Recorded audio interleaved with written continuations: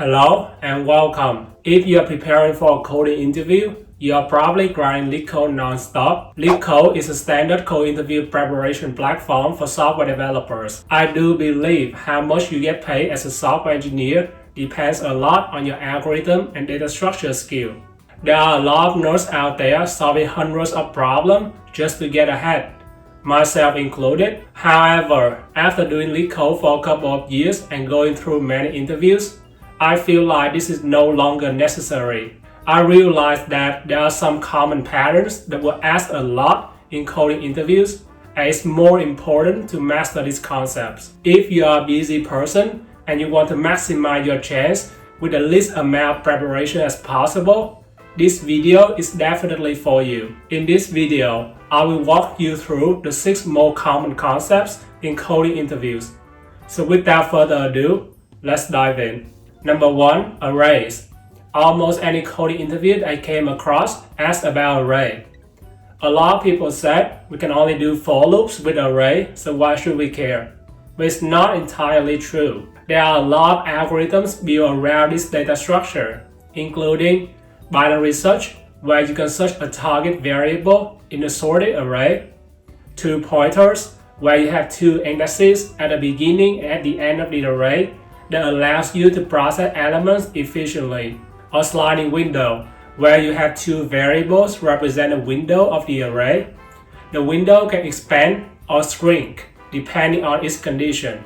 This data structure is also used in other patterns such as greedy algorithm and my favorite, dynamic programming. The nice thing about arrays is that you can access an element using an index in constant time, and it only takes a linear scan to perform search, insertion, and deletion. Number 2. Hashmap. Hashmap is a data structure that manages data in key value pairs. The keys in a hashmap need to be unique. That means if you insert 2 key value pairs with the same key, the value will be replaced. Hashmap is a great data structure for many optimization problems. You can use it to count the frequencies of elements in an array or build an adjacency list of a graph.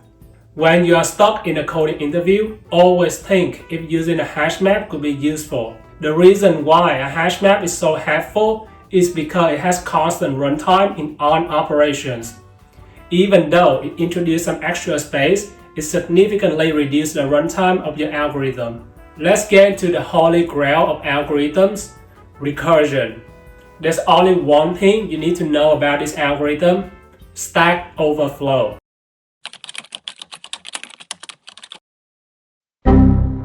No! God, please, no! No! No! No! Just kidding. Recursion is defined as a function calling itself. Let's say you try to compute a factorial of 4. You can ask Amy, what is the factorial of 4? Amy says, I'm not sure, but I know it's 4 times the factorial of 3. Hey Pop, what is the factorial of 3? Pop says, I'm not sure, but I know it's 3 times the factorial of 2. Hey Cindy, what is the factorial of 2? Cindy says, I'm not sure, but I know it's 2 times the factorial of 1. Hey Daniel, what is the factorial of 1? Daniel confirms the factorial of 1 is 1. So Cindy says, since the factorial of 1 is 1, that means the factorial of 2 is 2 times 1, which is 2. Pop says, since the factorial of 2 is 2, that means the factorial of 3 is 3 times 2, which is 6. And Amy says, since the factorial of 3 is 6, that means the factorial of 4 is 4 times 6, which is equal to 24. So the answer is 24.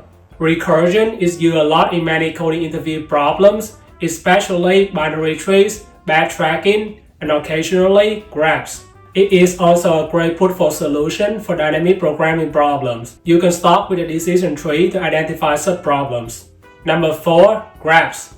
Graphs are a subset of mathematics problem, so it's quite hard to wrap your head around them at first. But learning graphs isn't too bad. At the heart of graph problems, there are 2 main algorithms, BFS and DFS. BFS performs search in a breadth-first manner. That means it explores node layer by layer. DFS, on the other hand, perform search in a depth-first manner. That means it will search all the way down a path until it reaches a dead end, then go back up. Advanced algorithms like top sort or Dijkstra are built on top of these two fundamental algorithms. So I highly suggest you know these algorithms by heart. And by heart I mean you should be able to write them when you are asleep.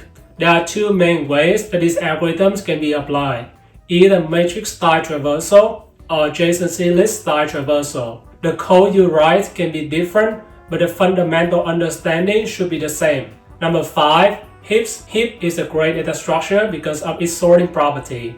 That means you can get a minimum value or the maximum value from a heap in constant time. Moreover, you can insert elements or remove elements from a heap in log n time, and heapify can be done in linear time. Heapify means you convert an array into a heap data structure. Heap is a great replacement for sorting algorithms because you can constantly process elements in a sorted manner while updating the heap. It often used in problems that require access to smallest elements or largest element, such as top k frequent elements or k largest element in an array. We cannot end this video without mentioning about dynamic programming. This is my favorite algorithm, but also what I struggle with the most. The idea behind dynamic programming is you store the work that you have done before so that you don't have to do it twice. The hardest problem in coding interviews are usually dynamic programming problems. However, there's a way to solve these problems efficiently.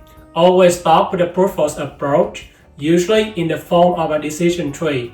When you draw the tree, it's quite easy to identify the subproblems. Then figure out how to solve the subproblems in the Hashmap or an array.